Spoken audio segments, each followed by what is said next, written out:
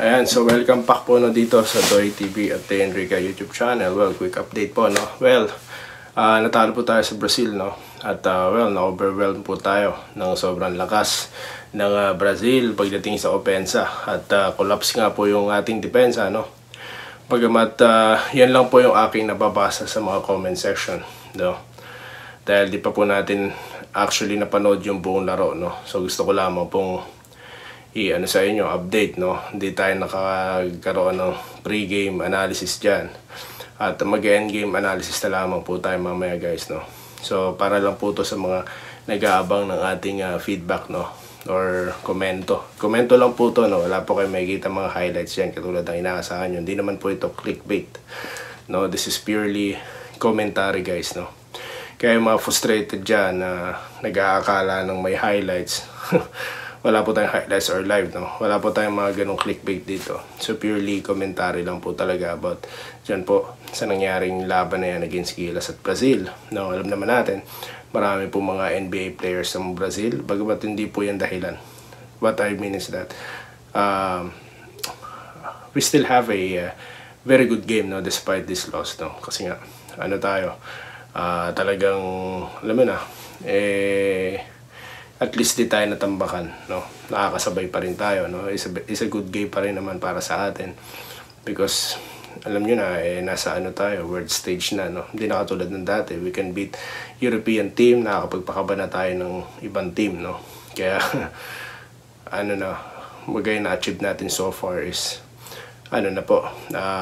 mataas na, no? Greater heights na po. Yun na nga lang, sayang, no? Isang history sana ito na matalo natin yung Brazil, dahil ilang taon na po na tayong natatalo sa Brazil, no? We are dominated by Brazil for so many years, no? So we thought that this is the day, this is the history will again will be written, no? Kaso ganyan po talaga. I'm sure lahat naman po ng game plan at diskarte ni Coach Tim Con nabuhos dito. Nakita naman po natin yung pep talk niya, no? Bago yung laro. Pero ganun po talaga, no? Lang siguro talaga yung sa execution natin, at the same time yung depensa po talaga. Kasi nga sa huling laban nila against Georgia, talagang halata po talaga, basang-basa, gaano kabagal. So yan po yung naging istorya ngayon, no? At siguro maganda mag-load din po tayo ng mga players na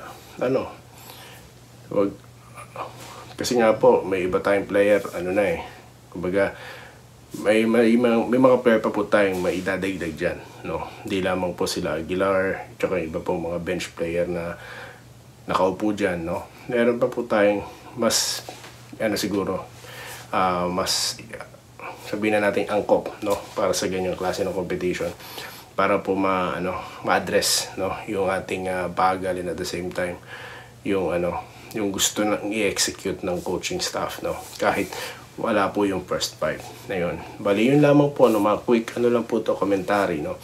Well, what are the chances? Na lang po, no, kailangan kasi nating manalo ng 2 laro. Kaya parang low bearing na po yung susunod natin, bagamat ko compare pa po natin yan, no. Update ko po kayo mamaya sa pagbabalik po ng ating post-game analysis dito sa Doy TV Sports at The Enrica YouTube channel. Yun lamang po. Gusto ko lamang i-update sa inyo na natalo po tayo, no, dyan po sa Brazil. And again, maganda pa rin po yung laro kahit pa paano, no. Hindi naman nakakahiya dahil di naman tayo natambakan ng sobra-sobra, no. 11 points lang po. So yun lamang po, at muli maraming salamat at magandang araw po sa inyo lahat. Salamat po sa panonood. Subscribe na para sa mga susunod na basketball at boxing videos.